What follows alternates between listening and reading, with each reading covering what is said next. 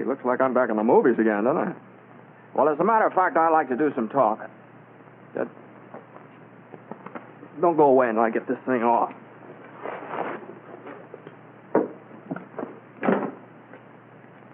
Now, it isn't as if it was a chore for me to talk to you because I want to speak on my favorite subject, the Army Air Forces. I can't speak from long experience. I've only been in the service a year, but I've learned a lot about what the Air Forces have to offer. That's what I want to talk to you about. And this war we're fighting today and tomorrow and the next day until we win is a war of the air. The whole world knows that. Our factories know that. So, interceptors, pursuit ships, light bombers, medium bombers, and flying fortresses are rolling out of those factories. 65,000 fighting planes this year. 100,000 fighting planes next year. And to keep them flying, 2 million men. Now that's where you come in. The Army Air Forces need 15,000 captains, 40,000 lieutenants, 35,000 flying sergeants. Well, how about it? Well, let's talk it over. Now, make no mistake about this thing, fellas. We're all going to be in this war soon, sooner than a lot of you realize. And now it begins. Now, here's a sort of a composite picture of what happens to you in the first few weeks of your aviation cadet training. Now, you find your room, meet your roommate, get a haircut, Army style, and try on a new pair of shoes and a new uniform that really fits. In ground school, officers with years of experience patiently explain what makes them fly. And then one day, when class is over, you get all rigged out in what the well-dressed birdman will wear. You feel like quite a guy as you meet your flying instructor. But always in your memory will be the thrill of that first beautiful morning when you took off for the first time. And here you are, cruising along in a BT, that's basic trainer to you, and twisting your tail into a few acrobatics and loops and barrel rolls and snap rolls. That's some fun, huh? And a few more weeks roll by. You find yourself in still another plane. An advanced trainer this time. Yes, indeed, you're really getting up in the world at the rate of nearly 200 miles an hour. But you think this is something. And now just wait. Fellas, shake hands with Mr. B-17 and a few of his big brothers. Now watch out now, he's tough.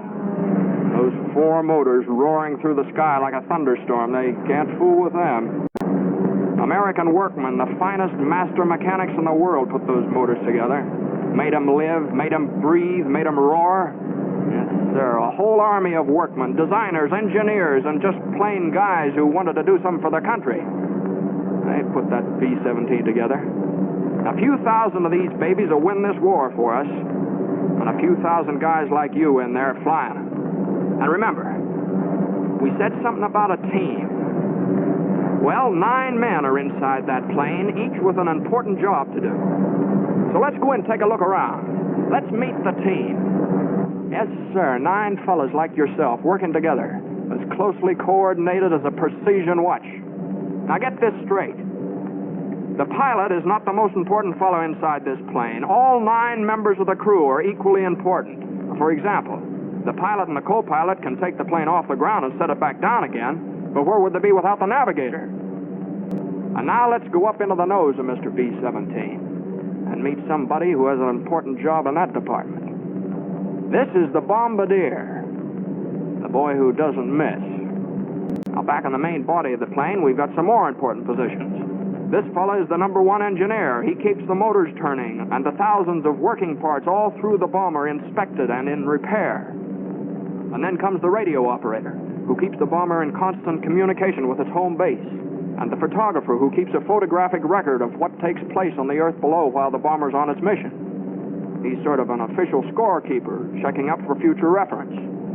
Now, the remaining members of the flight crew are number 2 engineer and number 2 radio man. So you see, being in the Air Forces isn't all piloting, or all navigating, or all bombardiering. It's teamwork. And each member of the team is just as important as the next one. So listen to the roar of those motors, young men of America, and heed their call.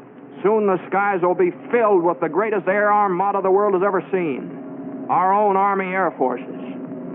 The best planes ever built, 65,000 planes this year, 100,000 more next year. That's why we'll lick the Axis, and that's how we'll lick the Axis. Now, this is your place. This is where you'll serve America best. Young men of America, your future's in the sky. Your wings are waiting. You're part of a team. Now remember that. James Jimmy Stewart. I'd like people to remember me as someone who was good at his job and seemed to mean what he said. General Jimmy Stewart. One of the most talented actors of his generation, Jimmy Stewart was also closely tied to military aviation for much of his life. At the approach of the Second World War, Stewart entered the Army before the attack on Pearl Harbor. Already an accomplished pilot and college graduate, Stewart received a commission and became a stateside flight instructor. Eager to do more than training, he persisted in requesting a combat assignment. In November 1943, Captain Stewart became the operations officer for the 703rd Squadron, 445th Bombardment Group of the 8th Air Force, and entered the fierce air battles over occupied Europe. From operations officer to squadron and then wing command, he flew B-24 Liberator heavy bombers in excess of 20 combat missions. Awarded the Distinguished Flying Cross with 2 oak leaf clusters, the Air Medal with 3 oak leaf clusters, and the French Croix de Guerre with palm, Stewart rose to the rank of colonel before the end of the war. After World War II, he remained in the Air Force Reserves. Promoted to Brigadier General in 1959, General Stewart flew a B-52 Arclight mission in Vietnam before his retirement in 1968. A close friend of General K.P. McNaughton, scans of their wartime letters are included in the digital photo exhibit.